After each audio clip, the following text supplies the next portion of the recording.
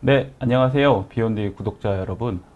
저는 오늘 비욘디에서 제가 알고 있는 의학 상식을 전달해 드리고자 출연하게 된 인제대학교 일산백병원 정형외과 최준영입니다.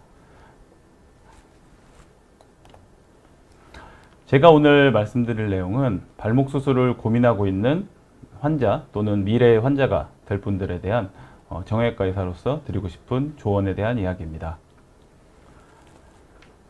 저에 대해서 잠깐 말씀을 드리면요. 저는 인제대학교 의과대학을 졸업하고 동대학원의 의학 석사와 박사를 취득했습니다.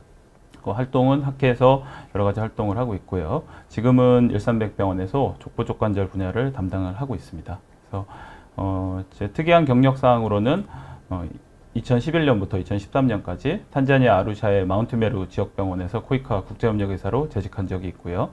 지금은 병원 활동 이외에도 근로복지공단이나 국민권익위원회 등 여러 가지 활동을 열심히 하고 있습니다. 그래서 오늘 제가 드릴 말씀은 가장 환자들한테 많이 받는 질문이거든요. 그래서 발목은 아프고 또 병원에서는 수술을 받으라고 하는데 이거 진짜 수술 받아도 되는 건가요? 라는 질문을 가지고 저희 외래에 오시는 분들이 많이 계십니다. 이거에 대해서 좀 정형외과 의사로서 전문의로서 답을 드리고자 합니다. 오늘은 크게 발목에 생기는 문제들에 대해서 한번 다뤄보려고 하는데요. 크게 제가 생각했을 때 한 4가지 카테고리로 나누면은 충분한 설명이 되지 않을까 싶습니다. 그래서 크게는 발목의 인대 손상, 그리고 발목에 발생하는 골연골 병변, 발목에 생기는 관절염, 발목에 발생하는 골절, 이렇게 4가지 카테고리로 해서 한 번씩 설명을 드려볼까 합니다. 그 중에서 첫 번째, 발목의 인대 손상에 대해서 한번 말씀을 드려보겠습니다. 인대라는 거는 뼈와 뼈를 연결하는 구조물입니다. 그래서 우리가 뼈와 근육을 연결하는 구조물은 힘줄 내지는 건이라고 하고요. 인대는 뼈와 뼈를 연결하는 구조물인데 어떤 관절이든 마찬가지지만 인대는 한 관절을 중심으로 전후 좌우로 다 인대가 구성되어 있다고 보시면 됩니다. 발목도 마찬가지입니다. 발목도 외측에 인대가 있고요. 또 내측에도 인대가 있고 앞쪽 뒤쪽에 다 인대가 존재하고 있습니다. 하지만 그 중에서 가장 흔하게 다치는 인대는 우리가 발목의 외측에 주로 인대 손상이 일어나게 되는데요. 인대 손상이 일어나는 기전은 대부분 비슷합니다. 그래서 뭐 운동을 하실 수도 있고 아니면 계단을 내려가거나 뭐 어떤 식으로 다치던 간에 대부분은 발목이 안쪽으로 꺾이는 발목의 내번력에 의해서 인대 손상이 발생하게 됩니다. 주로 다치는 인대는 그림에서 보시는 것과 마찬가지로 발목의 전거비인대 그리고 종비인대 등이 이제 굳이 많이 다치게 되고요. 조금 더 손상이 심해지게 되면은 뒤쪽에 비골건이라고 하는 힘줄을 잡아주게 되는 상부 비골건 지대까지 찢어지는 경우가 비교적 흔합니다. 네, 아메리카노님, 양념게장 쿠폰님, 네, 인사해 주셔서 감사합니다. 그래서 발목의 인대 손상을 이제 주로 보게 되면 급성 손상과 만성 손상으로 구분할 수 있습니다. 급성 손상은 흔히 수상 후에 한 6주 미만까지의 시기를 말하고요. 만성 손상의 경우에는 수상 후 3개월 이상 지난 경우를 만성 손상이라고 할 수 있습니다.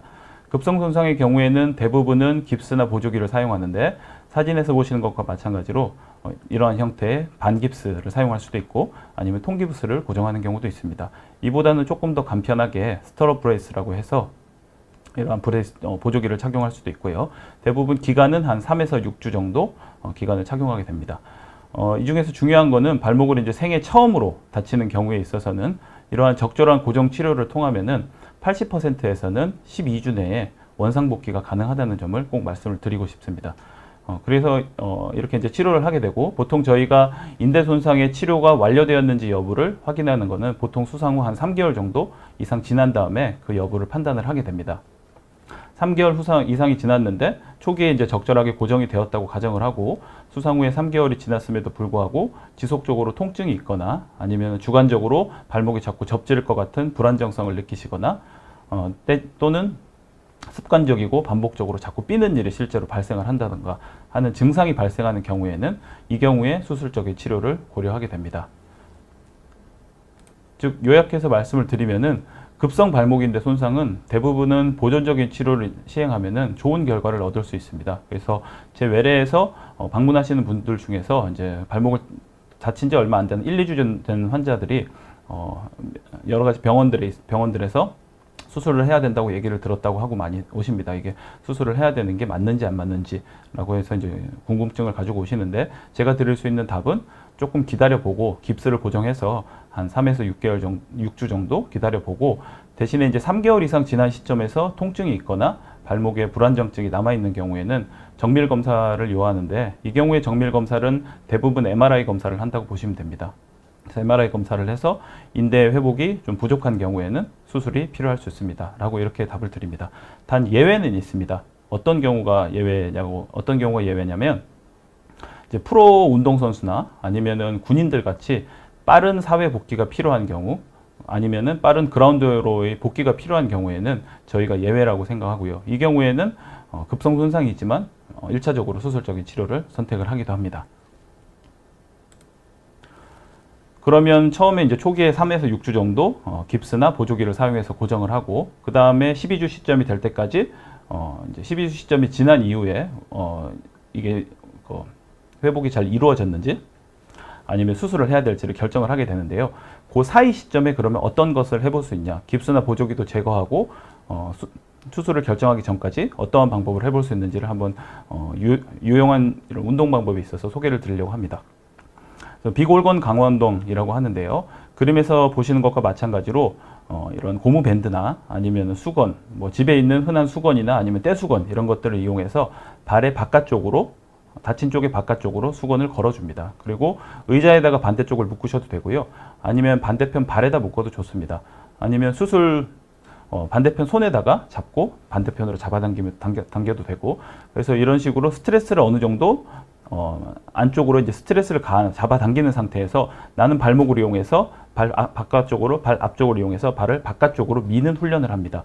이 훈련을 하게 되면은 그림에서 보시는 단 비골건과 장 비골건의 근력이 늘어나고 힘줄의 힘이 증가하게 됩니다. 그래서 비골건의 힘줄이 강화되면 비골건 자체가 발목이 안쪽으로 다시 돌아가려고 하는 내번력을 받았을 때 그 내번력에 저항해서 어느 정도 발목을 잡아주는 안정적인 구조물로 작동할 수 있습니다. 그렇기 때문에 이 시점에 기부스하고 보조기를 풀고 중간에 우리가 판정을 하는 이 시점 사이에 있어서는 비골골 강화 운동을 하루에 10분에서 15분, 많게는 한 30분까지 해주게 된다면 많은 도움을 받으실 수 있을 것이라고 생각합니다.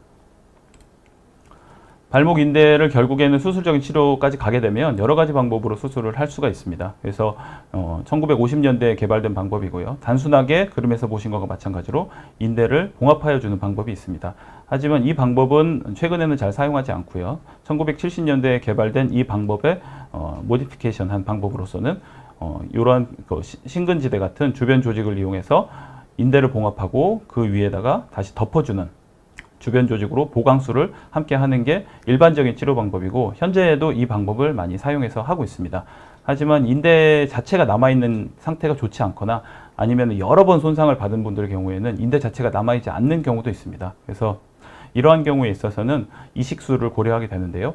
고식적인 치료 방법으로는 이식술 자체가 건강한 힘줄을 채취를 해서 잘 사용하지 않는 힘줄을 이용해서 인대 모양으로 여기저기 이제 이어주는 이런 동정건 이식술을 고식적으로 사용을 하고 있었지만, 현대에 있어서는 인대 동정건과 어느 정도 동일한 힘을 낼 수 있는 합성제제들이 많이 개발되고 있기 때문에 이러한 합성제제를 이용해서 이식을 하는 수술이 많이 보편화되고 있습니다. 저도 이 수술을 하고 있고요. 많은 족부족 관절을 하시는 선생님들이 최근에는 이 수술을 하고, 미국에서도 어느 정도 정착된 수술 방법입니다. 그래서 좋은 수술적 옵션으로 활용할 수가 있고요.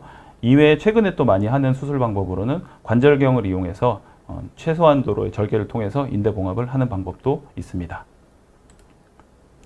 수술 후의 재활은 대개 2에서 6주간 깁스를 고정해서 목발을 사용하게 됩니다. 기간은 수술자에 따라서 조금 다를 수 있고요. 6주 이후에 보통 깁스를 제거하게 되면 이후부터 보행 연습 및 그림에서 보시는 것과 마찬가지로 한 발로 서기나 아니면 공 위에서 서기, 공 위에서 중심 잡기 등의 고유 감각 운동을 시작하게 됩니다. 스포츠 활동은 일반적으로는 수술하고 나서 3개월 이후에 시작하는 것으로 되어 있습니다. 여기까지가 인대 손상에 대해서 이제 간략하게 정리를 드렸고요. 한 3개월 이상 이제 우리가 지켜본다고 말씀드렸잖아요. 그래서 3개월 정도가 지나고 나서 발목 불안정성이 남아있는 상태에서 적절하게 치료되지 못하고 이게 계속 이제 이 상태가 지속된다고 하면 문제가 발생할 수 있습니다. 그 문제가 바로 발목의 골연골 병변이라고 하는 것입니다. 발목의 골연골 병변은 일반적인 관절염하고는 조금 다릅니다. 일반적인 관절염의 경우에는 관절의 전반적으로 다 연골 상태가 좋지 않은 것을 뜻하는데, 발목의 골연골 병변의 경우에는 그림에서 보신 것과 마찬가지로 일부분의 연골이 뜯어지거나 아니면 분리되는 형태의 손상을 말합니다. 그래서 발목에 불안정성이 있게 되면 이 그림 사진에서 보신 것과 마찬가지로 일정한 힘이 가해졌을 때 인대가 적절하게 더 이상 벌어지지 않도록 잡아주는 역할을 해야 되는데, 그 역할을 하지 못하고 일정 이상의 간격으로 벌어지게 되면 연골이 여기저기에서 부딪힐 수 있습니다. 그래서 이런 손상이 운이 좋지 않으면 한 번의 손상으로도 다칠 수 있고, 그렇지 않다면 일반적으로는 반복적으로 한 달에 한 번 습관적으로 이렇게 발목이 접지르게 된다, 이렇게 된다고 하면 그때마다 연골이 일정한 특정한 부위에 계속 부딪힐 수 있기 때문에, 일반적으로는 이건 부딪히면 안 되는 구조물이죠. 근데 부딪힐 수 있기 때문에 이러한 경우에는 손상이 발생하게 됩니다. 어떻게 보면 인대 손상이 이제 방치되게 되면 생길 수 있는 2차적인 손상이라고 보시면 됩니다. 그래서 처음에는 이제 연골이 이렇게 해서 조금 다치는 것부터 시작해서 병기가 진행하면 진행할수록 조금씩 분리되는 양상으로, 이 그림 조금 보여주시겠습니까? 네. 그래서 이런 식으로 해서 이제 조금씩 분리되는 양상으로 해서 마지막에 사기까지 가게 되면 완전히 분리되는 양상으로 골연골 병변은 진행하게 됩니다. 그래서 초기에 이제 저희가 발견을 했을 때 약을 먹고 좀 지켜볼 수도 있지만, 계속 접지르는 일이 반복된다고 하면은 결국은 조금씩 병이 진행한다고 보시면 됩니다. 진단은 비교적 우리가 쉽게 진단할 수 있는데요. 아주 많이 진행한 경우에는 엑스레이에서 보시는 것과 마찬가지로 연골에 마치 쥐가 파먹은 것 같이 검정색으로 이렇게 색깔이 변해 있는 양상을 확인할 수 있고요. CT를 찍어봐도 연골의 일부분이 분리되어 있거나 연골 안에 구멍이 뚫려 있는 이러한 모습을 관찰할 수 있고, MRI를 촬영하면 이 주변부의 거골 자체가 어떻게 변해 있는지도 관찰할 수 있어서 대부분 유용한 진단적인 영상 기법으로 MRI를 선호하게 됩니다. 연골병변의 치료의 경우에는 크기가 매우 작거나 아니면은 거골로부터 완전히 분리되어 있지 않고 어느 정도 붙어 있는 경우에는 단기간 깁스를 하고 목발을 짚어서 체중 부하를 제어를 한 다음에 진통제증을 복용하면서 보존적인 치료를 일단 해보기도 합니다. 하지만 증상이 이미 발생해서 잘 조절이 되지 않거나 아니면 거골의 연골병변 자체의 크기가 굉장히 큰 경우에는, 그리고 또 거골로부터 아까 보여드렸다시피 완전히 분리되어 있는 경우에는 일반적인 보존적인 치료에 반응하지 않는 경우가 많기 때문에 이 경우에는 수술적인 치료를 하는 경우가 일반적입니다. 수술적인 치료 방법은 관절경을 통해서 최소 침습적 수술 방법이 이제 대세로 잡혀 있는데요. 조그마한 절개를 넣고 카메라를 안에다 집어넣은 다음에 이 사진에서 보시는 것과 마찬가지로 이런 식으로 연골이 떨어져 있는 양상을 확인을 하게 됩니다. 그래서 떨어져 있는 연골은 경우에 따라서는 다시 붙이는 수술을 하기도 하지만, 대체적으로는 연골의 골편 자체를 없애고, 연골의 골편을 없애게 되면 이런 식으로 연골의 결손 부위가 확인이 되게 되죠. 그리고 여기에 노란 부분은 뼈라고 보시면 됩니다. 그래서 뼈에 이러한 펀치 같은 걸 집어넣어서 군데 구멍을 뚫어주는 수술을 하게 됩니다. 이 수술 방법을 관절경화 미세골절술이라고 하고요. 세계적으로 표준적인 치료 방법으로 자리 잡혀 있습니다. 그래서 한 85%에서 90% 정도의 치료 성공률을 보고하고 있습니다. 이게 제가 했던 케이스인데요. 보시면은 연골병변이 있고 지금 어느 정도 이제 정리가 다 되고 구멍이 뚫려 있는 상태입니다. 그 상태에서 2년 정도 경과하고 나서 2차 관절경을 통해서 검사를 했는데 이 결손 부위 자체가 어느 정도 메꿔져 있는 모습을 확인할 수 있습니다.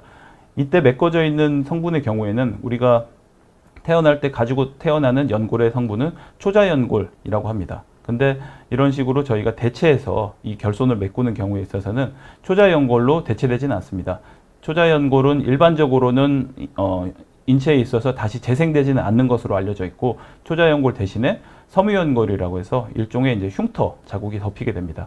하지만 이 결손부가 메꿔지게 되면 환자들의 증상이 사라지기 때문에 이 방법이 표준적인 방법으로 지금은 자리 잡혀 있습니다. 아까 말씀드렸다시피 한 85%에서 90% 정도 성공이 가능하다고 했는데요. 그렇다고 하면 성공하지 못하는 한 10에서 15%의 환자에 있어서는 어떠한 방법을 사용하게 되는지를 좀 소개를 드리려고 합니다. 그래서 1차 수술을 실패했을 때는 죄송합니다. 물을 좀 마시고 갈게요. 1차 수술을 실패했을 경우에는 다시금 관절경을 통해서 한 번 더 미세골절술을 시행을 해보기도 합니다. 지금은 그렇게 하시는 선생님들도 많이 계시고요. 그리고 또 예전에 소개됐던 방법으로는 무릎에서 연골을 채취해서 실제로 우리가 발목의 연골이 손상되는 부분을 아예 깊게 구멍을 뚫고 이 부분에 무릎에서 채취한 연골을 다시 이런 식으로 이식해주는 자가연골 이식술이라는 방법을 택할 수도 있습니다. 하지만 이렇게 자가연골 이식술의 경우에는 좀 절개가 더 커지게 되고요. 또 때에 따라서는 접근이 어려운 경우에는 이 그림에서 보시는 것과 마찬가지로 정상적인 뼈를 절골해서 그 간격을 다시 벌린 다음에 인위적으로 골절을 만들고 그 틈을 통해서 연골을 이식해야 되는 경우도 많이 있습니다. 그래서 다소 이제 공격적인 수술 방법이라고 할 수 있는데요. 그 때에 따라서는 도저히 이제 2차 관절경이나 다른 방법으로 조금 어렵겠다 판단이 될 때는 자가연골 이식술을 할 수는 있지만 다소 공격적인 수술 방법이라는 것은 조금 알아두셨으면 좋겠고요. 최근에 많이 소개되고 있는 방법은 줄기세포 이식술입니다. 그래서 아마 병원에 방문하시면 이 수술 방법에 대해서 많이 소개받으실 기회가 있을 겁니다. 그래서 신의료기술로 지금은 분류되어 있고요. 이 방법의 경우에는 우리나라에서는 현재 15세에서 50세까지만 수술이 허용되고 있습니다. 그래서 단 51세, 52세에서부터도 허용이 안 되고요. 딱 50세까지가 이제 적정 연령으로 포함되어 있습니다. 수술 방법은 이 그림에서 보시는 것과 마찬가지로 발목 말고 골반 부근에서 골수를 채취합니다. 그래서 이게 골수를 채취한 모습이고요. 그 골수를 채취한 것을 원심 분리를 해서 한 15분 정도 원심 분리를 하게 되면은 이런 식으로 순수한 줄기세포들이 모아지게 됩니다. 그래서 연골병변 자체의 모습을 똑같이 이제 본단 이 모습과 같이 스캐폴드라고 하는데요. 이 물질을 똑같이 이제 재단을 하고요.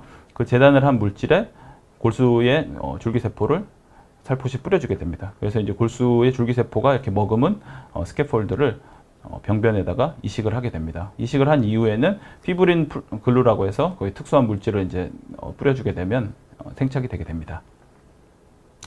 이 수술 방법은 여러 술자들에 의해서 좋은 결과들이 보고가 되고 있는데요. 문제는 비용입니다. 그래서 아직까지는 신의료기술로 분류돼 있고 비용적인 문제가 예전에는 1,000만 원 이상 상회하는 수술 방법이었는데 최근은 그래도 많이 낮아지긴 했지만 앞서서 소개해드린 자가연골 이식술이나 아니면은 관절경을 통해서 미세절골술보다는 많은 비용이 소모되게 됩니다. 병원마다는 조금 다르게 책정되고 있는데요. 보통은 그래도 한 400만 원, 500만 원 정도로 상회하게 됩니다. 그래서 비용적인 측면이 조금 더 해결되고 기술적인 측면이 아마 바탕이 돼야지 비용적인 측면도 좀 좋아질 수 있을 거라고 생각합니다. 예전보다는 많이 비용이 싸졌지만 아직까지 그래도 환자 입장에서는 조금 큰 비용이 든다는 것은 좀 단점이라고 할 수 있을 것 같습니다. 네, 브로콜리님 댓글을 달아주셨는데요. 제가 평발 때문에 발목 수술을 받아야 하는 상황까지 오게 되었습니다. 평발을 완화시킬 수 있는 방법은 수술밖에 없는 건가요? 평발을 완화시킬 수 있는 스트레칭도 가르쳐 달라고 댓글을 남겨주셨는데요. 평발 때문에 발목 수술을 받아야 되는 상황이라고 하면은 아마 평발로 인한 2차적인 관절염이 왔을 상황이라고 생각이 되고요. 이건 엑스레이를 좀 봐야지 사실 정확하게 말씀드릴 수 있는데 평발을 완화시킬 수 있는 방법은 깔창을 해볼 수는 있습니다. 하지만 영구적인 방법은 아니고요.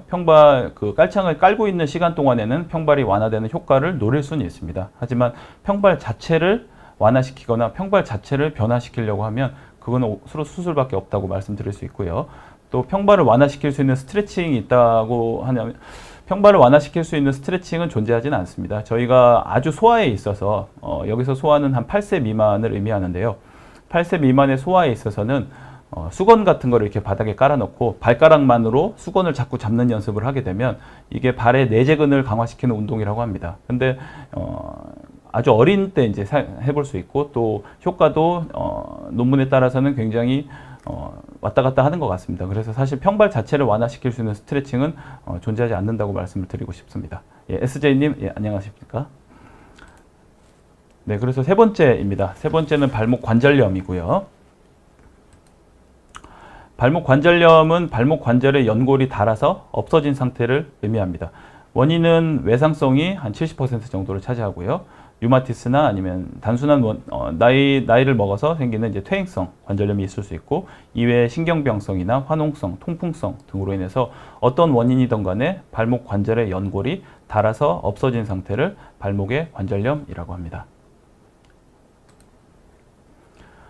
발목의 관절염은 크게 두 가지로 분류할 수 있습니다. 그래서 발목이 안쪽으로 휘어서 들어가면서 지금 엑스레이에서 보시게 되면 연골이 두 개가 맞닿아 있는 상황이 확인되게 됩니다. 이 그림을 조금 크게 띄워 주시겠습니까? 하고 이 그림에서 보시면 반대쪽으로 이번에는 발목이 바깥쪽으로 휘게 되면서 이쪽에서 연골이 맞닿고 있습니다. 그래서 이런 경우는 내반 관절염이라고 하고요. 발목이 바깥쪽에서 맞닿는 경우는 외반 관절염이라고 합니다. 동양인에서는 내반 관절염의 비율이 압도적으로 높고요. 서양인에서는 외반 관절염의 비율이 압도적으로 높습니다. 아까 우리 댓글 남겨주신 브로콜리님의 경우에는 평발 때문에 만약에 발목 관절을 수술해야 되는 경우가 왔다고 하면 평발로 인해서 발생할 수 있는 관절염은 외반 관절염이 대부분입니다. 그래서 외반 관절염이 이미 발생했다고 하면 제가 지금부터 소개시켜드리는 영상을 조금 집중해서 잘 봐주시면 좋겠습니다. 그래서 어떠한 원인이든 간에 이렇게 일부가 처음에는 관절이 맞닿게 되고요. 이 상태가 어느 정도 진행되게 되면 결국에는 전반적으로 관절 간격이 다 소실되게 됩니다. 그래서 이런 경우에는 말기 관절염이라고 저희가 지칭하고 있습니다. 발목 관절염은 수술 방법을 결정하는 데 있어서 몇 가지 고려해야 될 상황이 있는데요. 관절염의 정도를 일단 파악을 합니다. 그래서 앞서 보셨던 것과 마찬가지로 말기 관절염의 경우에는 관절의 연골이 하나도 남아있지 않습니다. 하지만 내반 관절염의 한 중기나 초기나 중기, 외반도 마찬가지입니다. 초기나 중기의 경우에는 맞닿아 있는 부분 주변으로는 연골이 다 손상이 받아 있지만 반대편 이쪽 부분에 있어서는 연골이 어느 정도는 남아있다고 보시면 됩니다. 이 경우에는 이 부분에 연골은 어느 정도 남아있다고 보시면 됩니다. 그래서 완전히 관절 간격이 소실되지 않고 일부의 연골이 남아있는 경우에는 충분히 관절을 살리면서 수술을 고려할 수 있습니다. 그래서 정상적인 관절의 일부가 남아있다면 관절을 살리는 방법을 선택할 수 있습니다. 이 경우를 교정절골술이라고 하고요. 일반적으로는 조금 회복의 포텐셜이 남아있는 70세 미만에서 선택하는 방법이라고 보시면 됩니다. 하지만 앞서 보신 이렇게 관절 간격이 완전히 소실된 경우에 있어서는 살릴만한 관절이 더 이상 남아있지 않다고 판단이 됩니다. 그래서 이 경우에는 두 가지 옵션이 있습니다. 나이가 일단 먼저 중요한데요. 60세 미만의 경우에는 관절 유압술 한 가지 옵션밖에 존재하지 않습니다. 그 이유는 뒤에서 설명을 드리겠습니다. 60세 이상의 경우에는 관절을 유압해서 관절을 아예 희생하면서 관절의 움직임을 없앨 수도 있고 아니면은 최근에 많이 각광받고 있는 인공관절 치안술 수술을 고려할 수 있습니다. 관절이 어느 정도 남아있는 경우에 교정절골술을 할 수 있다고 말씀드렸는데요. 이 환자를 보시게 되면 내반 관절염에 해당되고 관절의 내측이 완전히 맞닿아 있는 3기의 내반 관절염 환자라고 볼 수 있습니다. 이 경우에 저희가 절골을 해서 어느 정도 관절을 벌리게 되고 그러니까 인위적으로 뼈를 부러뜨려서 관절의 운동 범위, 관절이 체중부하는 지점 자체를 바깥쪽으로 돌려서 이 바깥쪽의 관절의 연골을 이용해서 체중을 디딜 수 있도록 만들어줍니다. 그래서 절골을 한 이후에 관절을 벌려주고 또 이쪽 반대쪽 비골은 약간 길이를 줄여줍니다. 이후에 똑같이 이제 골절에 준해서 금속판과 나사를 이용해서 고정하게 되고요. 2년 정도 이제 지난 이후에 찍은 사진입니다. 보시면은 수술하기 전에는 내반 관절염으로 이용해서 발목 안쪽에 관절 간격이 많이 소실된 것을 확인할 수 있는데 한 2년 정도가 지난 이후에는 이쪽의 관절 간격이 벌어지면서 대부분의 체중 부하가 바깥쪽을 이용해서 할 수 있습니다. 그래서 결국에는 이 수술의 경우에는 남아있는 관절을 사용하는 그런 수술이라고 보시면 되기 때문에 관절염의 진행 자체를 조금 늦춰주는 거고 궁극적으로는 이렇게 사용하시더라도 한 10년에서 15년 정도 지나면 남아있는 관절이 완전히 다 망가진다고 보시면 됩니다. 그래서 관절을 우리가 살리는 수술을 통해서는 완전한 회복을 노릴 수는 없지만 최대한 이 관절이 남아있는 범위 내에서 최대한 사용할 수 있도록 만들어주는 수술 방법이라고 생각하시면 됩니다. 그럼 이제 남아있는 거는 완전히 관절 간격이 소실되어 있는 말기 관절염입니다. 이 환자의 경우에는 말기 관절염은 아닌데요. 결국에는 관절 유압술이라는 옵션을 선택을 할 수가 있습니다. 그래서 관절 유압술은 이런 식으로 발목 관절을 붙여주는 수술을 말합니다.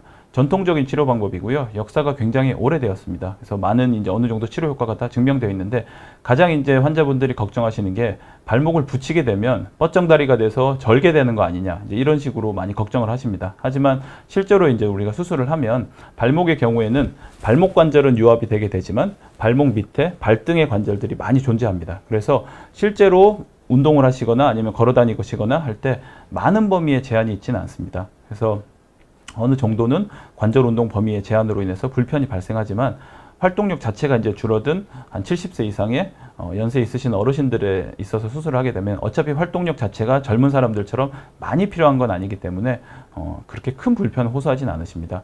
예를 들어서 일상생활 하는 데는 큰 불편이 없으시고요. 대신에 이제 빨리 걷거나 높은 산을 오르거나 하는 이 정도의 이제 고강도의 활동을 하시는 데 있어서는 제한이 오게 됩니다. 그래서 결과가 비교적 어느 정도 예측이 가능하고 저희가 또 환자들의 만족도도 비교적 좋은 편이기 때문에 1차적인 전통적인 치료 방법으로 발목에 있어서는 관절 유압술도 많이 시도가 되고 있습니다. 하지만 무릎에 있어서는 관절 유압술은 거의 할 수가 없습니다. 왜냐하면 무릎은 다른 관절로 우리가 보완할 수 있는 그런 관절이 없기 때문에 무릎을 관절 유압을 하게 되면 뻗정다리가 돼서 절게 되거든요. 하지만 발목에 있어서 관절 유압술은 그렇게 절게 되는 정도는 아니고 빨리 걷거나 좀 운동을 좀 큰 강도의 운동을 할 때만 조금 제한이 발생할 수 있다. 이 정도를 이제 알고 계시면 좋을 것 같고요. 하지만 결국에 발목이 하는 일이 있습니다. 우리가 태어날 때 발목이 해야 되는 일이 있지 않겠습니까? 근데 이 관절을 유압함으로써 그 발목이 해야 되는 일이 없어지기 때문에 시간이 많이 지나게 되면 인접한 관절, 아까 말씀드렸던 발등의 관절이나 그 다음에 거골화 관절이라고 발목 밑에 있는 관절, 이 관절들이 발목이 해야 되는 일을 나눠서 하게 됩니다. 그렇기 때문에 시간이 많이 지나면 인접 관절에 관절염이 발생할 수 있다는 단점이 있습니다. 보통은 한 10년에서 15년 이후에 이런 문제를 좀 고민할 수 있을 것 같습니다. 이외에 이제 최근에 많이 시도되고 있는 인공관절 치환술입니다. 그래서 인공관절이라고 하는 거는 그림에서 보시는 것과 마찬가지로 우리가 사용할 수 없는 관절을 거골 및 위에 원위 경고를 다 제거하고 여기에 인공적으로 고안된 관절을 바꿔주는 수술 방법이라고 할 수 있겠습니다. 지속적인 발전이 이루어지고 있고 현재는 4세대까지 개발이 돼서 아직 한국에는 들어와 있지는 않지만 미국이나 유럽 등에서는 시도해서 사용해보고 있습니다. 인공관절 치환술의 단점은 몇 가지가 있을 수 있는데요. 환자들한테 저희가 설명할 때 가장 이제 좀 주의 깊게 설명드리는 부분이 한 수명이 길지 않다고 말씀을 드립니다. 왜냐하면 지금 현재 고관절의 경우에는 저희가 거의 평생 사용할 수 있다고 설명을 드리고요. 무릎 관절의 경우에는 한 30년 정도 사용이 가능하다고 설명을 드립니다. 하지만 발목의 인공관절에 있어서는 현재 기술로는 10년에서 15년 정도의 수명을 이야기하고 있습니다. 근데 이 10년에서 15년 수명이라고 하지만 활동력이 많으신 분들한테 하거나 아니면 몸무게가 많이 나가시는 분들한테 이제 수술을 했을 경우에는 이 10년에서 15년 정도의 수명도 보장할 수 없는 경우가 많기 때문에 굉장히 적응증에 있어서 좀 아주 주의를 기울여서 적절한 환자를 잘 선택해서 하는 게 중요하다고 할 수 있을 것 같습니다. 그래서 저희가 이제 말기 관절염에서 수술적으로 어떤 수술을 할 수 있는지 두 가지를 말씀드렸습니다. 관절 유압술이 있고 인공관절 치환술이 있는데요. 관절 유압술의 경우에는 나이 제한이 크게 없고 비만 여부도 크게 관련이 없습니다. 오히려 높은 활동력을 요구하는 경우에 있어서 관절 유압술이 조금 더 선호되게 되고요. 이외에 하지에 신경마비가 있거나 아니면 하지의 정렬 자체가 많이 틀어져 있는 경우에는 인공관절로 치환하더라도 정렬 자체의 부정전렬을 교정하기는 어렵기 때문에 이런 경우에는 1차적으로 관절 유압술을 선택하게 됩니다. 인공관절 치환술은 가급적이면 70세 이상에서 저희가 시도하고 있고요. 여성이 조금 더 선호됩니다. 왜냐하면 활동력이 남성보다는 좀 작을 수 있기 때문에 비교적 여성 환자에 있어서 인공관절 치환술이 선호되는 편이고 비만하지 않거나 육체활동의 기대치가 좀 낮은 경우 이런 경우에 선택을 하게 됩니다. 그리고 중요한 것은 수술 전에 관절운동 범위 자체가 좋아야지 인공관절을 하고 나서도 관절운동 범위가 그대로 유지될 수 있기 때문에 수술 전에 이미 관절운동 범위가 굉장히 줄어들어 계신 분들의 경우에는 선택적으로 수술을 하게 되고요. 관절 유압술과 반대로 하지의 정렬 역시 어느 정도는 나쁘지 않고 잘 유지되어 있어야 합니다. 이외에 인공관절이 들어가서 그 인공관절이 잘 생착되기 위해서는 기존의 뼈의 골질이 어느 정도 양호하게 잘 보존되어 있어야지 수술이 성공적인 수술 결과를 기대할 수 있겠습니다. 마지막으로는 발목에 발생하는 골절인데요. 발목에 발생하는 골절은 말씀드릴 내용이 그렇게 많지는 않습니다. 이 경우에 있어서 사진을 보시게 되면 이 사진을 한번 크게 띄워 주십시오. 굉장히 많이 관절이 망가졌습니다. 그죠? 뭐 이런 경우에 있어서는 이거는 수술을 안 해서는 뭐 절대로 회복되지 않을 정도로 많이 부서져 있고요. 근데 이제 이렇게 심하게 아주 험하게 부서져 있지 않더라도 관절 자체가 아주 약간 골절이 되는 경우도 있습니다. 이 경우가 이제 환자들이 꼭 수술을 해야 되는지에 대해서 많이 질문을 해주시는 부분인데 저의 답변을 드리게 되면 발목골절은 대부분 관절면이 침범되게 되는 관절골절입니다. 저희가 정형외과적으로 그리고 해부학적으로 관절면에서 관절골절에 있어서 관절면의 어긋남은 2mm까지 허용할 수 있습니다. 2mm 이상 어긋나게 되면 앞서 말씀드렸던 관절염의 가장 큰 원인이 뭐였습니까? 관절염의 가장 큰 원인은 외상이었습니다. 외상이 대부분은 70%를 차지하거든요. 그래서 관절면이 2mm 이상 어긋나게 되면 그 상태로 5년에서 10년 정도 사용하게 되면 관절염이 진행할 수 있습니다. 그래서 대부분의 발목골절은 수술을 통해서 정확하게 맞추어 주는 것이 매우 중요하다. 이렇게 말씀드릴 수 있을 것 같습니다. 제가 드릴 수 있는 말씀은 여기까지인 것 같고요. 지금부터는 저희 댓글로 질문해 주신 분들의 질문을 조금 들어보겠습니다. 예, KY1님, 예, 2008년도에 발을 삔 후에 여러 번 다쳤습니다. 2017년도에 발목인대 수술 시 복숭아뼈 쪽으로 연골 손상이 있어서 약 1.5cm 정도 연골을 잘라내고 다듬어 주었습니다. 현재 그 부분이 뼈로 메꿔진 듯하고 간혹 통증이 발생하는데 현재 치료 방법은 별로 없는 듯합니다. 혹시 가능하다면 미세천공술이나 자가연골 줄기세포 중 무엇이 좋은지요? 이제 이렇게 말씀을 해주셨는데, 일단은 자가연골 줄기세포를 시도하려면 나이가 아까 말씀드렸듯이 나이가 중요하기 때문에 나이를 조금 다시 댓글로 올려주시면 좋을 것 같고요. 1.5cm 정도 연골을 1.5cm 정도 연골을 잘라내고 다듬어 주었다고 하면 저희가 지금 현재 보험 체계에 있어서는 1.5cm 정도 연골을 1.5cm 이상의 연골 손상이 있는 경우에는 자가연골 이식술 방법을 조금 적극적으로 고려하게 됩니다. 그래서 보통 1.5cm 정도 미만의 경우에는 아까 말씀드린 미세 절골술이 조금 더 효과적인 거로 알려져 있고 1.5cm가 넘어가게 되면 미세 천공술로 효과가 보장되기 어렵다고 보시면 됩니다. 그래서 차라리 이 경우에는 그 크기가 매우 크기 때문에 미세 천공술보다는 자가연골 이식이나 아니면은 줄기세포 등을 한번 고려해 보는 게 좋을 것 같습니다. 근데 줄기세포 수술을 하시려고 하면 나이가 중요하기 때문에 나이를 아마 말씀해 주시는 게 좋을 것 같습니다. SJ님 58세 여성입니다. 작년에 발목을 삐어서 3주간 방기부술을 하고 MRI를 찍으니 인대가 늘어나고 아직 관절염 소견은 없다 하십니다. 그러나 주방에서 서 있거나 좀 걸으면 통증이 있네요. 그리고 요족이라고 수술하면 같이 하라고 하네요. 수술을 해야 될까요? 3주간 기부스를 한 거는 치료를 아주 잘 하신 것 같고요.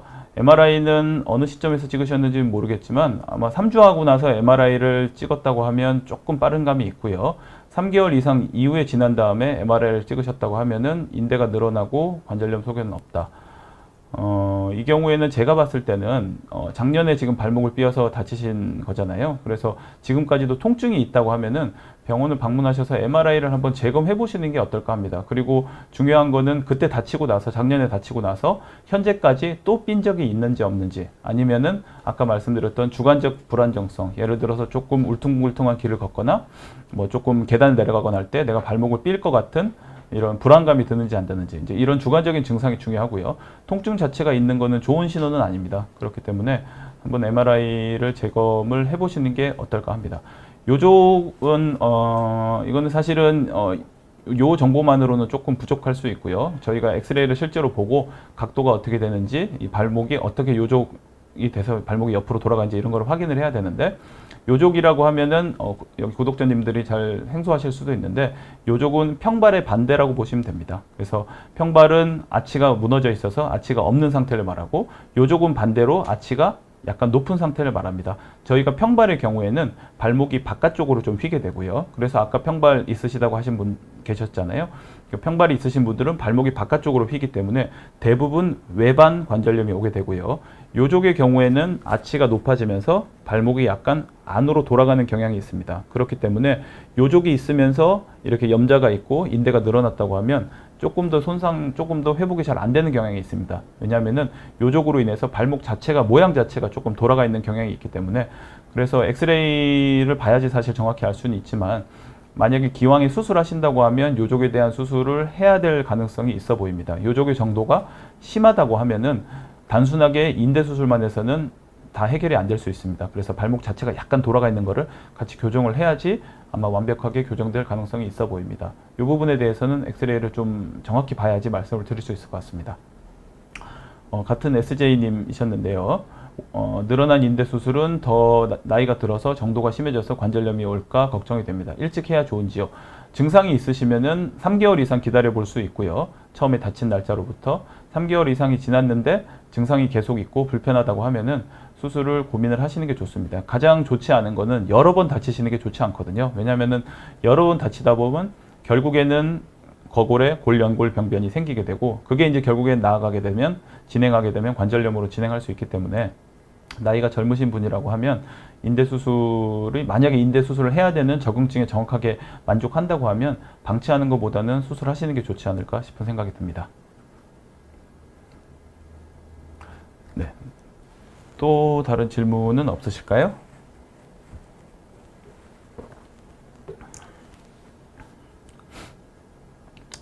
아까 KY리님은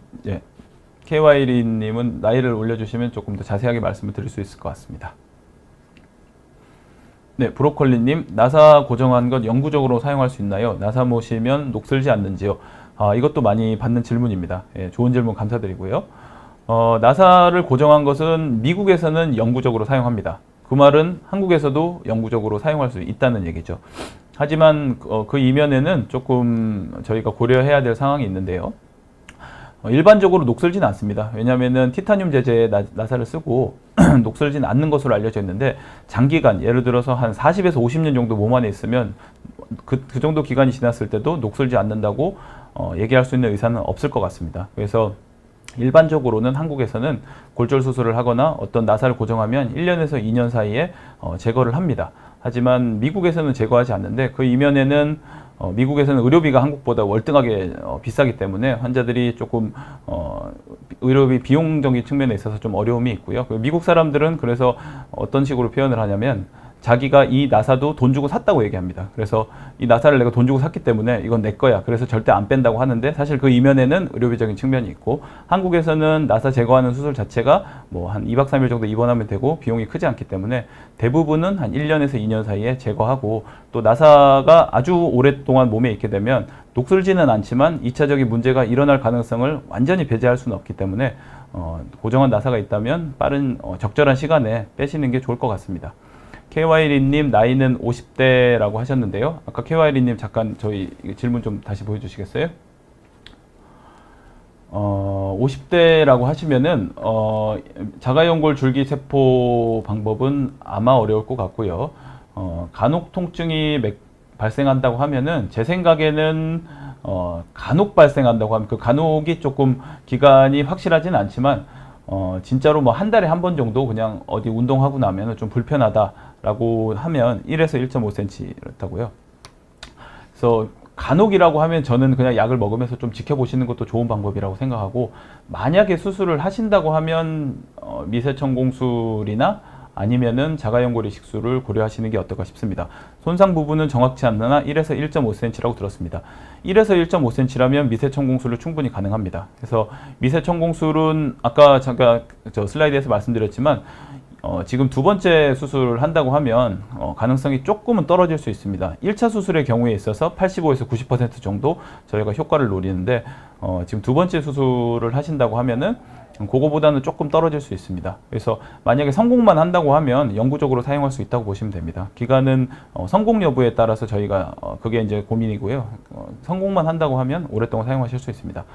은근하게 아프지만 요즘은 발목 운동을 통해 통증은 많이 줄었습니다. 그렇다고 하시면은 저는 2차 수술보다는 조금 운동 방법을 바꾸고, 예를 들어서 걷는 운동이나 아니면 뛰는 운동, 이렇게 체중을 부하는 운동을 많이 하시게 되면은 통증이 유발될 수 있거든요. 그래서 운동을 좋아하시는 분이라고 하면 자전거 타는 운동이나 수영하는 운동 같은 걸 하시면 최대한 발목의 부하를 줄이면서 또 운동도 할 수 있고 하기 때문에 조금 지켜보시는 게 어떨까 합니다. KY리님의 경우에는 제 생각에는 요 정도 아프고 은근하게 아프고 운동도 할 수 있는 정도라고 하면은 수술은 조금 보류하시는 게 어떨까 싶습니다. 왜냐하면은 자가연골 이식술의 경우에는 아까 말씀드렸지만 굉장히 공격적인 수술입니다. 그래서 그 수술로 인해서 절골하게 되는 그 부분 때문에 환자들이 또 불편하다고 하시는 분들도 종종 있으시거든요.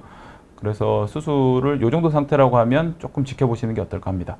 빈센트 안님, 발목이 끊어진 듯 통증이 있는데 오른쪽 발목이 심하고 발에 뼈가 붙는 느낌으로 살고 계셔서 힘드시다고 합니다. 65세. 네. 협착증 진단 받았습니다. 협착증과는 무관할 걸로 생각됩니다. 그래서 협착증보다는 아마 발목 자체에 문제가 있으실 가능성이 많을 것 같고요. 병원을 방문해서 엑스레이를 한번 찍어 보시는 게 어떨까 싶습니다. 제가 봐서는 연골 관절염의 가능성이 있어 보입니다. 나이도 있으신 어르신이시고요. 뼈가 붓는 느낌은 조금 모호한 증상이긴 하지만 끊어지듯한 통증은 그래도 엑스레이를 찍어보고 정확하게 치료하시는 게 어떨까 싶습니다. 제 개인적인 의견을 말씀드리면 아마 연골에 어느 정도 손상이 있고 아마 관절염이 조금 진행하지 않았을까 싶습니다. 구현옥님, 나이는 50이고 서 있는 직업으로 어릴 때부터 삐었던 경험이 많다고 말씀하셨습니다. 하고 인대가 마모됐다는 진단을 받았는데 수술을 해야 될까요? 병원에 따라서는 반반으로 설명한다고 하셨습니다. 사실 저희가 인대 수술의 경우에는 여성분이시겠죠? 여성분이시고 나이가 50대시라고 하면은 저희가 1차적으로 잘 권고해 드리지는 않습니다. 왜냐하면은 보통은 인대가 다치게 되는 상황은 어느 정도 극단적인 상황이잖아요. 그래서 보통 남자들 같은 경우에는 뭐 축구하거나 농구하거나 이러면서 이제 많이 다치시거든요. 근데 지금도 인대를 많이 다치시는 일이 많다고 하면은 수술을 하시는 게 좋고요. 그게 아니고 어릴 때는 많이 삐었지만 지금은 뭐 인대가 마모는 됐지만 실제적으로 삐는 일이 많지 않다고 하시면은 그건 수술을 적극적으로 해야 될 필요는 없을 것 같습니다. 그러니까 나이하고 성별을 이제 기준으로 조금씩은 달라질 수 있지만 저 같은 경우에는 1차적으로는 이렇게만 말씀을 들어서는 그렇게 대답해 드리는 게 맞는 것 같습니다. 그래서 병원에 따라서도 당연히 반반으로 설명을 드릴 수 있을 것 같고요. 정확하게 이제 환자를 진찰을 해봐야 알 수 있는 부분이긴 한데 인대가 무조건 마모됐다고 해서 저희가 수술을 하진 않고 불안정성이 있거나 아니면 실제로 이제 자꾸 접지르거나 접지를 수 있는 주관적인 불안정성이나 아니면 실제로 접지르는 객관적인 이런 불안정성이 있을 때 그때 수술하시는 게 맞을 것 같습니다. 네, 하연이 엄마님, 군대에 있을 때 파랗게 멍이 들고 심하게 접지르고 제대로 치료를 못 받은 상태로 10년 동안 방치했는데 걸을 때마다 발목이 자꾸 옆으로 힘없이 접지르고 견딜 수 없는 정도의 통증을 달고 살았습니다. 병원에 가보니 인대가 많이 닳아져서 운동선수가 아닌 이상은 수술은 비추고 그냥 달고 살아야 한다. 이거는 그렇지 않습니다. 인대가 많이 닳아지면 아까도 말씀드렸지만 이식술로 충분히 극복할 수 있고요. 예전에는 내 몸에 있는 동정권 이식이라고 해서 어떤 잘 쓰지 않는 힘줄 하나를 희생해야 되기 때문에 환자가 조금 그거에 대해서 데미지를 받기 때문에 저희가 아주 선택적으로 이식술을 시행을 했는데요. 요즘 같은 경우에는 미국에서 나온 새로운 제재들이 많이 한국에 들어와 있습니다. 그래서 대표적인 몇 가지 제재를 이용해서 그 이식할 수 있는 동정건과 비슷한 그런 힘을 받는 이런 테이프 같은 게 존재합니다. 합성 제재인데요. 그래서 그 테이프를 달아서 보강하면은 인대가 닳아 없어지더라도 충분히 그걸로 저희가 보충을 할 수 있습니다. 그래서 운동선수가 아닌 이상 수술은 비추다. 저는 이 의견에는 동의하지 않고요. 이런 식으로 계속 힘없이 접지르고 견딜 수 없는 통증이 있다고 하시면 수술하시는 게 좋습니다. 수술은 충분히 극복할 수 있는 방법이 있고 새로운 제재들도 많이 나와 있기 때문에 병원에 가셔서 상담을 해보시는 편이 좋을 것 같습니다. 하연이 엄마님은 저희 나이가 지금 어떻게 되시는지 좀 알려주시면 감사할 것 같고요. 또 다른 질문이 없을까요? 저희가 지금 방송 시간이 한 7분 정도 남은 것 같습니다. 대학병원에 가서 수술을 받아야 하나요? 저는 대학병원에 있기 때문에 대학병원에 가서 수술을 받는 부분이 저는 좋다고 생각합니다. 하지만 33살이십니까? 33살이면 당연히 앞으로 우리 살아야 될 날이 많고 아직도 액티브하게 운동도 하시고 싶으실 거고 또 뭐 하고 싶은 활동도 많이 있잖아요. 그러니까 이거를 계속 그냥 이렇게 달고 살아야 되는 거는 생각은 전 동의할 수 없고요. 수술을 하시는 게 좋을 것 같습니다. 수술은 그래도 대학병원이 아니더라도 사실 전문병원도 요즘에는 이런 원칙과 이론에 맞춰서 하시는 선생님들이 많이 계시기 때문에 굳이 뭐 대학병원에 가서 수술을 하는 거를 이걸 반드시 해야 된다, 머스트다 라고 말씀드릴 수는 없지만 제가 대학병원에서 일하는 의사의 입장으로서는 그래도 대학병원에 가서 하시는 게 어떨까 이렇게 추천을 드릴 수밖에 없는 것 같습니다. 네.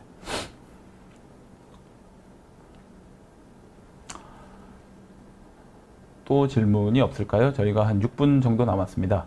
그래서 질문이 많이 없으시면 조금 빨리 종료하는 방법도 있을 것 같습니다. 네, 연골관절염의 경우 빈센타님, 아까 빈센타님 연세가 어떻게 되셨었죠? 60대라고 안 하셨나요? 65세. 연골 관절염의 경우에는 치료 방법이 있습니다. 65세라고 하시면은 그 관절염의 정도에 따라서 관절을 살리는 수술을 하거나 아니면 관절을 붙이는 수술을 할 수 있고요. 관절을 살리는 경우에는 아까 보여드렸던 이런 방법이 있을 수 있죠. 그래서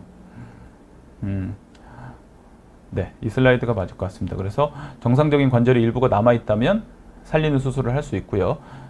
정상적인 관절이 더 이상 남아있지 않고 말기 관절염으로 진행한 경우라고 하면 관절을 붙이거나 아니면 인공관절 수술을 해서 관절을 다른 기계 관절로 바꾸거나 하는 방법이 있습니다. 그래서 관절염의 경우에 치료 방법이 없다고는 생각하지 않으셔도 됩니다. 치료 방법은 충분히 있습니다.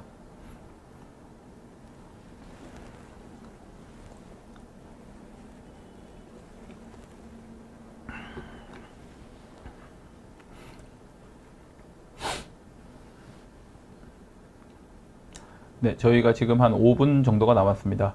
예, 하연이 엄마님, 축구나 이런 거 하고 나면 발목에 뻐근함이 몇 시간 동안 지속되고 그랬는데 다시 다음 날에는 못함을 정도의 통증은 아니라서 그냥 살아오셨다고 하는데, 네, 그냥 살아오지 마시고요. 검사를 정확히 해보시고 필요한 경우에 수술을 하면 지금은 예전에 저희가 이제 또 배울 때보다도 또 많이 기술이 발전했고 요즘에는 아까 잠깐 사진을 보여드렸진 않았지만 관절경으로 봉합하는 방법도 있고 또 봉합하는 기술이나 제재나 이런 것들이 많이 발전했습니다. 이 분야가 족부족관절이라는 이 분야가 저도 공부를 하고 있지만 지금도 많이 발전하고 있고 또 젊으신 선생님들이 많이 저희가 열심히 연구하고 있기 때문에 수술 방법이나 기구 등이 한 2, 3년 사이에 또 많이 바뀌고 이런 식으로 아주 변화가 많은 분야라고 할 수 있거든요. 그래서 병원을 방문을 하셔서 정확하게 치료하시는 게 어떨까 싶습니다. 예. 브로콜리님은 자가연골 이식술은 공격적인 방법이라고 말씀하셨는데 추천하시나요? 사실 이거는 제가 추천이라고 드리기는 하고요. 자가연골 이식술은 그것밖에 선택할 수 있는 방법이 없을 때 저희가 선택하는 방법입니다. 그래서 예전에 이제 한때 한 10년 전에는 굉장히 유행처럼 많이 시도하던 방법인데 최근에는 그 자가연골 이식을 위해서 무릎에서 결국에는 일정 부분 연골을 저희가 희생해야 되는 부분도 있기 때문에 한 10년 전보다는 조금 적응증 자체가 많이 축소됐습니다. 그래서 잘 선택을 잘 하면은 좋은 수술 방법은 당연히 맞고요. 근데 이제 추천하시나 글쎄요. 추천은 케이스 바이 케이스이긴 한데요. 상태가 이제 엑스레이나 MRI를 좀 봐야지 사실 정확하게 말씀드릴 수 있거든요. 공격적인 방법이지만 선택을 해야 되는 상황이라고 하면은 그래도 추천드릴 수 있습니다. 왜냐면은 이거는 신기술도 아니고 또 예전에 이미 한 10년 정도 다 돼서 여러 가지 페이퍼들이 많이 나와 있어서 좋은 결과들이 많이 이미 보고된 수술 방법이기 때문에 적응증만 잘 선택해서 수술 받으시면 충분히 좋은 방법이라고 말씀드릴 수 있습니다. 네, 하연이님, 사장님 오타군요. 예, 마지막 질문입니까? 예, 다른 발목에는 골절 때문에 수술을 해서, 다른 발목은 또 골절 때문에 수술을 받으셨어요? 하고 4년 정도 철심을 안 빼고 있는데 그냥 놔둬도 되나요? 큰 문제는 없는데, 예, 그냥 놔두셔도 됩니다. 단지 이제 아까도 잠시 말씀드렸지만 보통 한 3년 정도가 넘어가게 되면 그 쇠판이나 철심을 박아놓은 그 위로 뼈가 조금 자라게 됩니다. 그리고 그 나사 자체도 이제 뼈에 완전히 이렇게 잠식되는 상태가 올 수 있기 때문에 4년 정도 지나면은 빼고 싶어도 못 빼는 단계가 될 수도 있습니다. 그래서 제가 아까 가장 이제 쉽게 의료진의 입장에서도 쉽고 환자 입장에서도 쉽게 뺄 수 있는 게 수술하고 나서 한 1년에서 2년 사이에 빼는 걸 추천드리고요. 4년 정도 지났는데 문제가 없다고 하시면 안 빼셔도 됩니다. 네, 사장님은 오타셨군요. 자영업자라서 직업병이라고 말씀하시네요. 네, 저희가 이제 방송이 한 1분 30초 정도 남은 것 같습니다. 조금 정리를 하고, 네, 더 이상 질문이 없으시면은 조금 정리를 할까 합니다. 그래서 오늘 몇 가지를 말씀을 드렸는데 사실 이게 다는 아닙니다. 더 드릴 수 있는 말씀이 많고 또 병원에 가시면은 다른 선생님들은 또 다르게 말씀하실 수도 있습니다. 뺄 수는 있냐? 그거는 시도해보기 전에는 알 수는 없습니다. 예, 쇠는 4년 정도 지났으면 시도는 해볼 수 있지만 안 빼지는 경우도 있습니다. 그래서 요거는 제가 정확하게 말씀드리긴 좀 어려울 것 같습니다. 근데 시간이 지나면 뒤로 가면 갈수록 점점 더 빼기는 어려워진다고 보시면 됩니다. 그래서 오늘은 간략하게 이제 요약을 했는데요. 이게 이제 다라고 볼 수는 없지만 그래도 어느 정도 가이드라인이 되셨으면 좋겠습니다. 제가 이제 대학병원에 있으면서 늘 받는 질문은 환자들이 여러 가지 병원을 이렇게 돌아다니시면서 수술을 제안받고 이 병원에서는 수술을 제안하고 이 병원에서는 또 수술을 하지 말라고 해서 굉장히 혼란스러운 상태로 많이 오십니다. 그래서 한 번 정도는 방송에서 어느 정도 정리를 해드리면 이 방송을 보신 분들에 한해서는 좀 어느 정도 깨끗하게 정리가 되지 않았나 싶은 생각이 듭니다. 근데 이제 가장 좋은 거는 좋은 의료진을 만나서 또 적절한 검사를 해서 그거에 맞춰서 치료하시는 게 제일 중요하니까 네, 요 정도는 이제 가이드라인 정도로 생각하시고 예, 그 도움이 되셨으면 좋겠습니다. 민경채님 궁금한 게 있다고 하시는데 예, 궁금한 걸 있으면은 예, 받겠습니다. 예, 구현옥님까지 두 개의 질문까지 받겠습니다. 인대 수술을 미룰 때 구현옥님 추후에 생기는 문제가 있나요? 아까도 잠깐 말씀드렸지만 발목의 불안정성이 계속 있다고 하면은 결국에는 이런 식으로 골연골 병변이 생길 수 있습니다. 그래서 발목이 자꾸 접지르는 상태가 반복되게 되면 결국에는 발목 연골의 일부가 원치 않는 형태로 부서질 수 있습니다. 그래서 이 경우에는 발목인대 수술을 조금 빨리 받았다고 하면 이러한 2차적인 문제를 막을 수 있는 거거든요. 그래서 불안정성이 계속 있다고 하시면 방치하시는 건 좋지 않을 것 같습니다. 네, 민경채님 네, 마지막 질문을 받겠습니다. 제가 탈골 후 골절 수술을 하셨고요. 네, 요거까지 이제 올라오면 거기까지 질문을 받고 오늘 방송을 종료하겠습니다. 6개월 후 간단한 운동을 하고 나서 걷는데 지장이 있을 정도로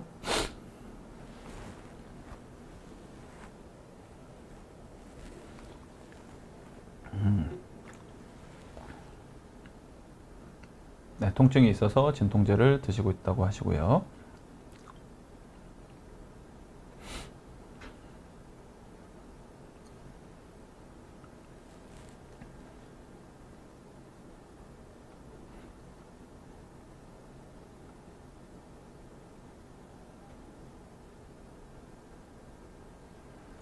핀 뽑을 때 봐준다고 하셨습니까? 이게 이제 탈골이 가장 골절 중에서는 안 좋은 형태라고 보시면 됩니다. 그래서 저희 이런 경우가 이제 탈골이죠. 골절되면서 관절이 완전히 빠져 있는 경우죠. 그래서 이 경우에는 제대로 관절을 집어넣고 이 뼈가 잘 붙인다고 하더라도 제가 앞서 말씀드린 대로 2mm 이상의 관절이 어긋남이 남아있게 되면은 관절이 나중에 문제가 생길 수 있습니다. 근데 이 경우에는 조금 그 정도가 아마 심했던 골절로 생각되고요. 6개월 정도 이후에도 만약에 처음에 손상 자체가 심했다고 하면은 조금 불편할 수 있을 것 같습니다. 그래서 아마 담당 주치의 선생님은 이제 핀 뽑을 때 봐준다고 하셨던 말씀은 그 정도까지 조금 지켜봐야 되는 게 맞거든요. 그래서 관절염이 생긴다고 하더라도 그렇게 당장 우리가 골절되고 나서 한 6개월 이렇게 해서 이제 생기지 않기 때문에 한 1년 정도까지 시간을 두고 어떻게 경과가 흘러가는지를 좀 관찰하고 아마 금속을 제거하면서 그때 뭔가 조치가 필요하면 해주신다는 것 같습니다. 이거는 제가 봤을 때는 지금 주치의 선생님의 의견대로 따라가시는 게 좋을 것 같고요. 아마 세게 다치게 되면은 그거에 대한 후유증도 조금 세게 온다. 이제 이 정도로 이해를 하시면 좋을 것 같고, 그렇다 하더라도 이미 이제 골절 수술하고 6개월이 넘으셨기 때문에 자꾸 좀 불편하더라도 발목을 자꾸 쓰는 습관을 들이셔야 됩니다. 이게 발목을 안 쓰게 되면은 결국에는 우리 몸에서는 사용하지 않는 장기가 생기면 그 장기로부터 계속 이제 안 쓰는 방향으로 악순환의 사이클을 가게 됩니다. 그래서 불편하시더라도 한 6개월 지나서 불편하시더라도 자꾸 발목을 쓰다 보면 오히려 또 쓰다 보면 좀 낫다고 느끼실 수도 있거든요. 그래서 발목을 좀 계속 쓰면서 주치의 선생님하고 함께 한 1년 정도까지는 좀 보시는 게 좋을 것 같습니다. 운동 후 단순 염증이 생긴 것처럼 생각되지는 않고요. 아마 뭔가 골절 및 수술의 후유증이 좀 아닐까 하고 생각이 되는데, 그렇다고 해서 운동을 멈추시는 건 좋지 않을 것 같습니다. 네, 오늘은 여기까지 질문을 받는 걸로 하고, 혹시 뭐 궁금한 거나 아니면 또 더 만약에 물어보시고 싶으신 게 있으시면 댓글로 남겨주시면 저희가 성심성의껏 댓글로 드리겠습니다. 네, 오늘은 여기까지 방송하겠습니다. 예, 지금까지 방송 시청해 주셔서 감사합니다. 인제여대 일산백병원 정형외과 최준영이었습니다. 감사합니다.